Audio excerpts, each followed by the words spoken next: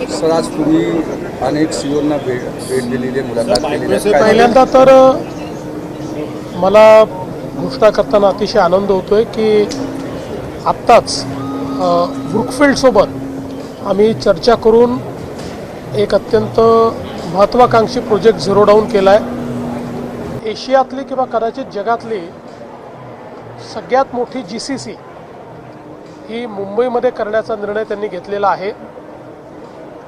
जवळपास 20 lakh square foot ही GCC असणार आहे. 15,000 लोकांना डायरेक्ट आणि 30,000 लोकांना इनडायरेक्ट असं 45,000 एम्प्लॉयमेंट तयार करणारी ही GCC असणार आहे. आणि आपला जो प्रयत्न आहे की महाराष्ट्राला GCC कॅपिटल करायचं, त्या दृष्टीनं ही बैठक अत्यंत पॉझिटिव्ह झालेली आहे आणि त्यांनी जवळपास तो निर्णय घेतला. लवकरच त्या संदर्भात आम्ही त्यांच्यासोबत MOU देखील साईन करू. सोबतच जगामध्ये लॉजिस्टिक्समध्ये जी अतिशय प्रतितयश कंपनी समजली जाते FedEx, त्या FedExची देखील आज त्यांच्या GCCच्या संदर्भात चर्चा झाली आहे. ही पण चर्चा अतिशय पॉझिटिव्ह झाली आहे. आणि केवळ GCCच नाही तर त्यांचे डिफरंट ऑपरेशन्स हे कसे मुंबई आणि न्यू मुंबई या भागामध्ये आपल्याला आपल्या एअरपोर्टच्या विसिनिटीत आणता येतील, त्या दृष्टीनं खूप सकारात्मक चर्चा त्यांच्याशी झाली आहे. आज सगळ्यात महत्त्वाचं म्हणजे मायक्रोसॉफ्टचा जो इव्हेंट आहे AI टूर, त्याच्यामध्ये आज श्री सत्या नडेला यांचे कीनोट ॲड्रेस होता, त्याला मी उपस्थित होतो. त्या कीनोट ॲड्रेसमध्ये त्यांनी महाराष्ट्रासोबत एक जो काही आपण त्या ठिकाणी प्लॅटफॉर्म तयार केलेला आहे क्राईम AIOS, त्या प्लॅटफॉर्मची फिल्म देखील दाखवली आणि आर्टिफिशियल इंटेलिजन्सचा उपयोग करून कशा प्रकारे आपण क्राईम कंट्रोल करू शकतो याचं जे महाराष्ट्राने उदाहरण तयार केलं आहे मायक्रोसॉफ्टसोबत, ते शोकेस करण्यात आलेलं आहे. त्यानंतर त्यांच्याशी माझी 1-on-1 मीटिंग देखील झाली आणि त्या बैठकीत इतरही क्षेत्रांमध्ये आपल्याला AI कसा त्या ठिकाणी यूज करता येईल आणि गव्हर्नमेंट ऑफ महाराष्ट्रासोबत AI को पायलट्स कसे तयार करता येतील याच्यावर चर्चा झाली. विशेषतः सर्व्हिस डिलिव्हरी असेल, हेल्थकेअर असेल किंवा एज्युकेशन असेल किंवा ॲग्रिकल्चर असेल, या प्रत्येक क्षेत्रामध्ये आपल्याला कशा पद्धतीनं को पायलट्स तयार करता येतील याच्यावर चर्चा झाली. आपल्याला कल्पना आहे की नुकतंच माननीय प्रधानमंत्र्यांशी भेटून त्यांनी आजपर्यंतची मायक्रोसॉफ्टची सगळ्यात मोठी इन्व्हेस्टमेंट घोषित केली आहे, जवळपास $17 बिलियन.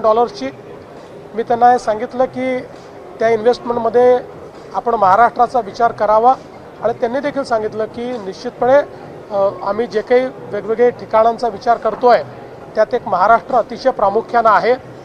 आत्ता देखील त्यांची बिगेस्ट इन्व्हेस्टमेंट ही महाराष्ट्रामध्येच आहे.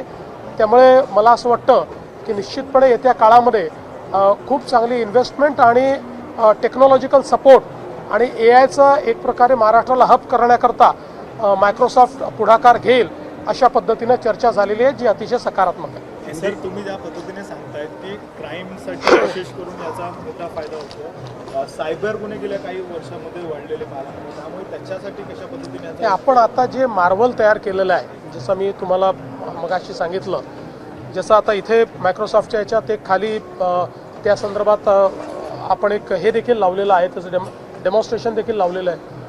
हे असं टूल आपण तयार केलं आहे की सायबर क्राईम आणि फायनान्शियल क्राईममध्ये इतकं फास्ट डिटेक्शन होतं, ज्या डिटेक्शनला तुम्हाला 3-3, 4-4 महिने लागायचे ते 24 तासात होत आहे आणि त्यातनं लोकांचे पैसे वाचतायत. आपण गुन्हेगारांना अटक करतो आहे, प्रिव्हेंटिव्ह देखील आपण करू शकतो आहे, आपण एक प्रकारे प्रिडिक्टिव्ह देखील करू शकतो आहे. मला असं वाटतं की क्राईमचं जे काही आज बदललेलं स्वरूप आहे सायबर क्राईम आणि फायनान्शियल क्राईम, त्याच्यात हे अत्यंत महत्त्वाचं आहे. दुसरीकडे जर बघितलं असेल तर तुम्ही ज्या पद्धतीने मुंबईमध्ये एक प्रोजेक्ट येणार आहे, पण महाराष्ट्रातल्या दुसऱ्या आणखी कुठल्या भागांमध्ये अशा पद्धतीचा प्रोजेक्ट असेल? आत्ता GCCचं जे रेव्होल्युशन आहे ते पहिल्या टप्प्यामध्ये मुंबई आणि पुण्यात आपण कॅच करणार आहोत किंवा मुंबई पुणे जो कॉरिडॉर आहे त्याच्यामध्ये आपण कॅच करणार आहोत आणि त्याच्यानंतर ते Tier 2 सिटीजमध्ये जाईल. देवेंद्र जी, जिस तरीके से आज जीसीसी को लेकर के एक बड़ा It will be more than $1 billion.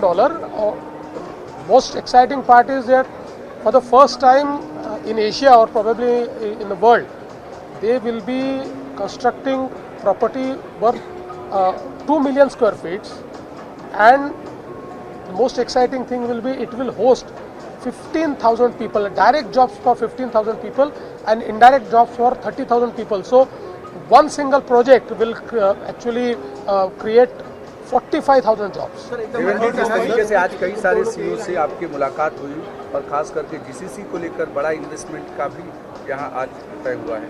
देखिए, आज कुछ बहुत महत्वपूर्ण फैसले हमारे हुए हैं। विशेष रूप से ब्रुकफील्ड के साथ हम लोगों ने आज जो एक फैसला लिया है, उसमें ब्रुकफील्ड ये करीब 20 लाख स्क्वायर फुट एक जीसीसी तैयार कर रहा है। ये एशिया की सबसे बड़ी और शायद दुनिया की भी सबसे बड़ी जीसीसी होगी। इसमें करीब 15,000 लोगों को डायरेक्ट एम्प्लॉयमेंट मिलेगा और 30,000 लोगों को इनडायरेक्ट एम्प्लॉयमेंट मिलेगा।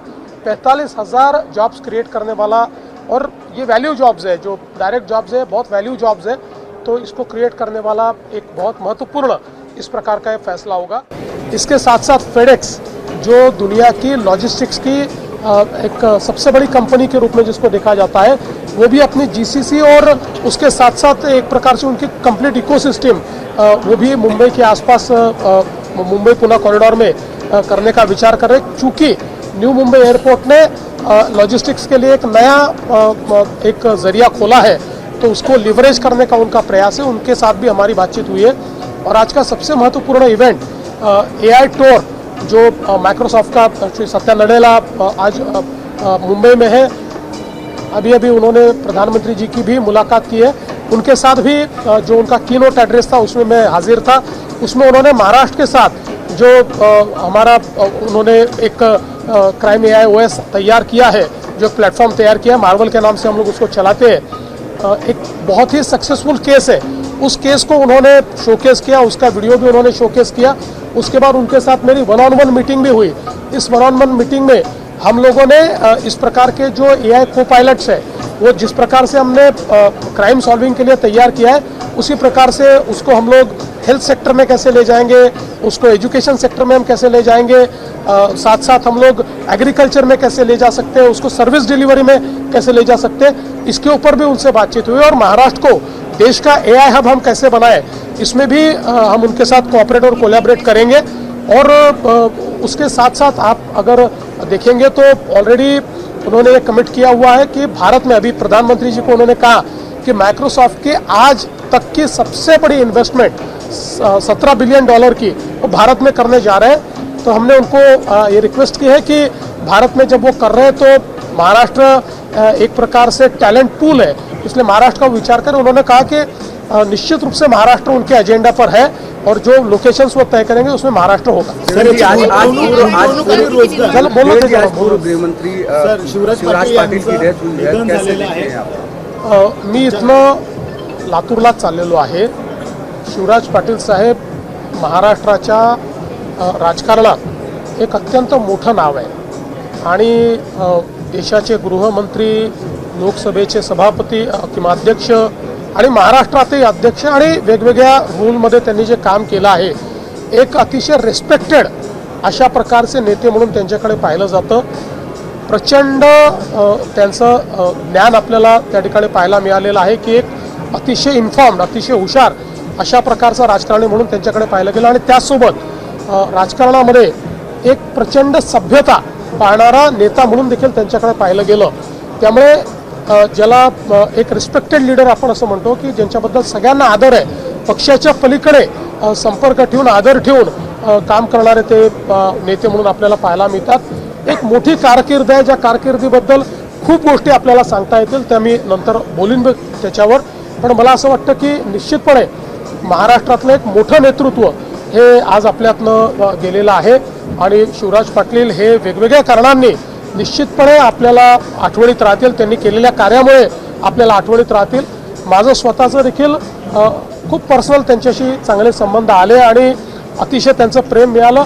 अनेक वेळा चांगले निर्णय घेतल्यानंतर स्वतःहून समोरून फोन करून ते निर्णय ॲप्रिशिएट करण्याचा मनाचा मोठेपणा देखील शिवराज पाटील साहेबांमध्ये होता आणि म्हणूनच अशा प्रकारचं व्यक्तिमत्व आपल्यातनं गेलं ही खरोखर महाराष्ट्राच्या सामाजिक राजकीय अशा या सगळ्या वातावरणात एक अतिशय दुःखाची अशा प्रकारची परिस्थिती आहे. शरद पवार यांचा आज वाढदिवस देखील आहे.